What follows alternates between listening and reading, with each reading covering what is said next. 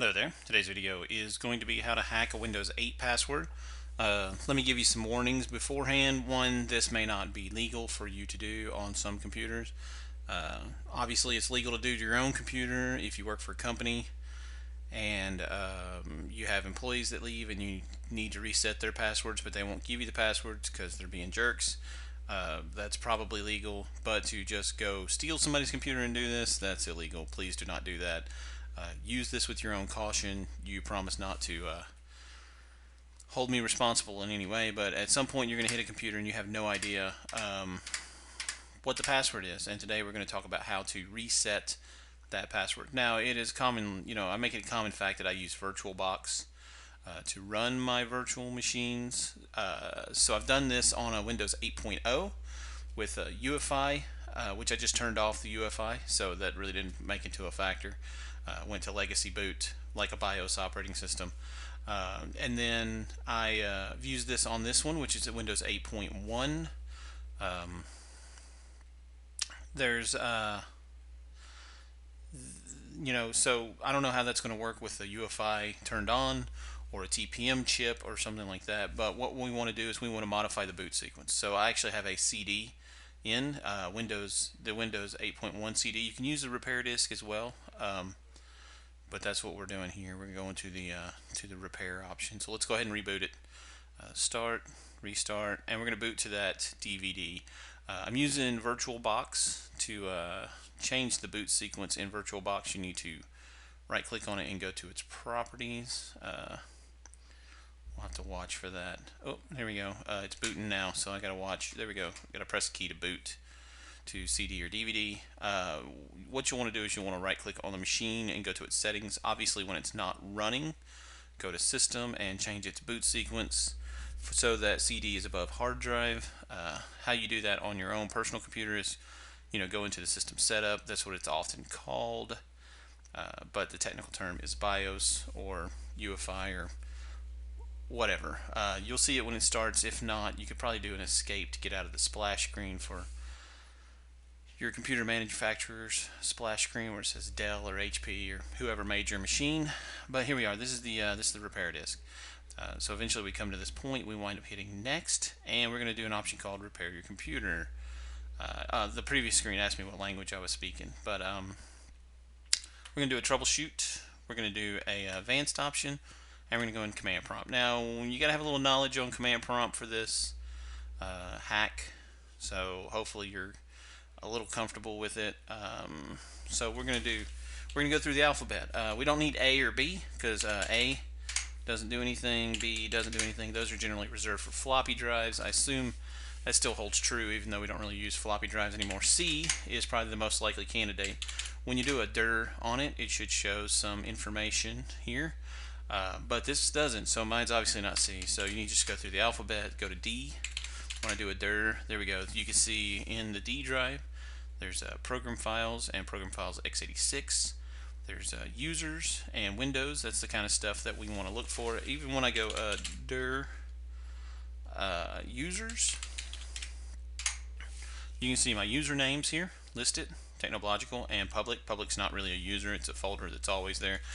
If you don't hit it on D, you just keep going through the alphabet. E, let's do a dir there. F, and E is probably the DVD-ROM that I'm using. F, nothing.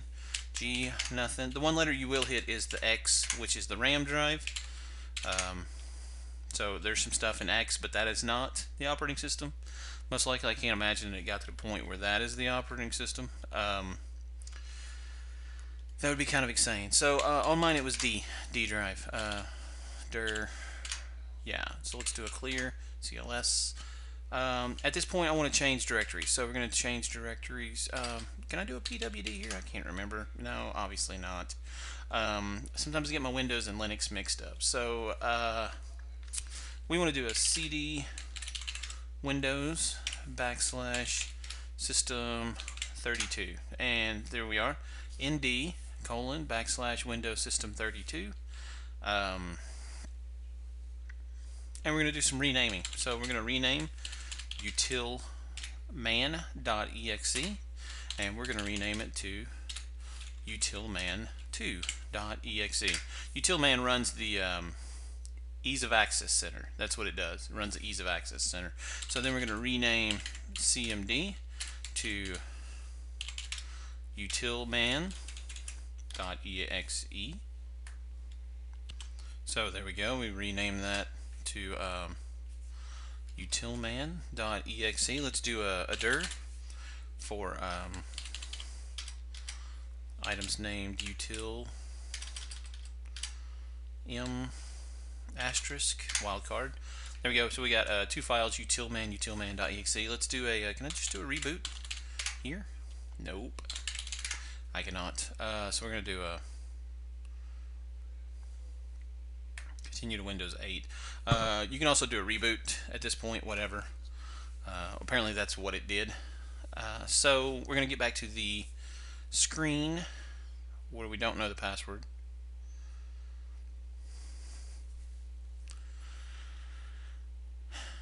And we wait.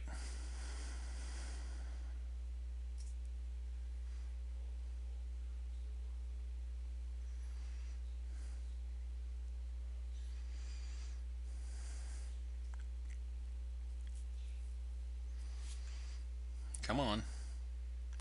Still got the little hula hoop going. There we go. There's the login screen. So we still don't know the password.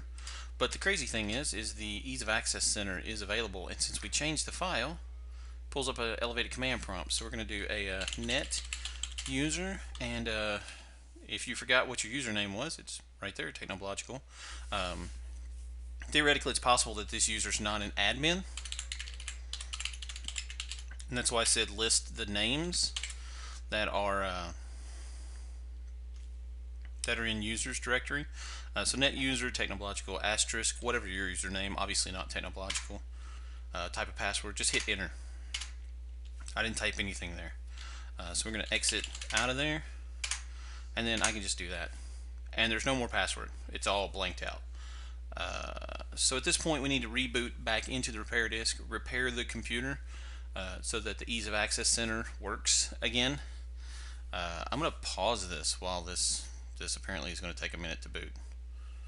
Oh, well, there we go. So let's see here. Here's my oh, that's right. Where am I going? Yeah, there's my lovely desktop. Always got the wonderful wallpaper. Ugly wallpaper. So let's go ahead and do a reboot.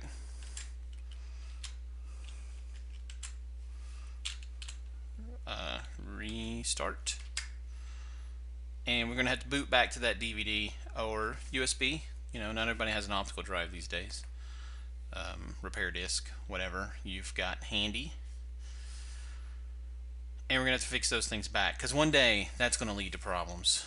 That is not a good way to leave it. Alright, so yeah, the screen's going all wacky again, and that means we're probably going into the repair options. We'll remove the command prompt back to command. We'll remove utilman back to its rightful location, and then it'll work again. So sometime, Windows, let's go.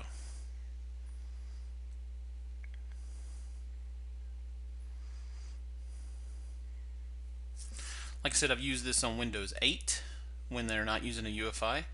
I've used it here on Windows 8.1 when clearly I'm not using a UEFI in the virtual machine. Oh, there we go. I have not done it on anything with a TPM, repair your computer. But we're going to do troubleshoot, advanced options, command prompt. It was the D drive for me, D drive, CD, Windows, System 32. We're going to rename utilman to cmd.exe, and we're going to do rename utilman2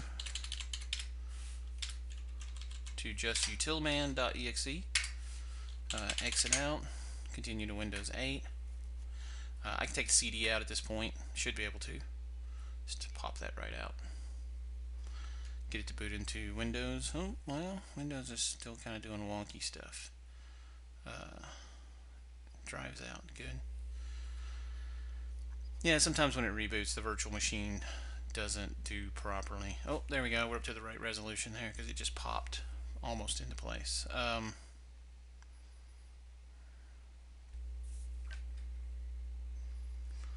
So once it boots back into Windows, it should just automatically log in as that user. Yeah, yeah, because there's no more password on the account. The Ease of Access Center was down here in the lower left. We can try to sign out and see if make sure that still works. Okay, so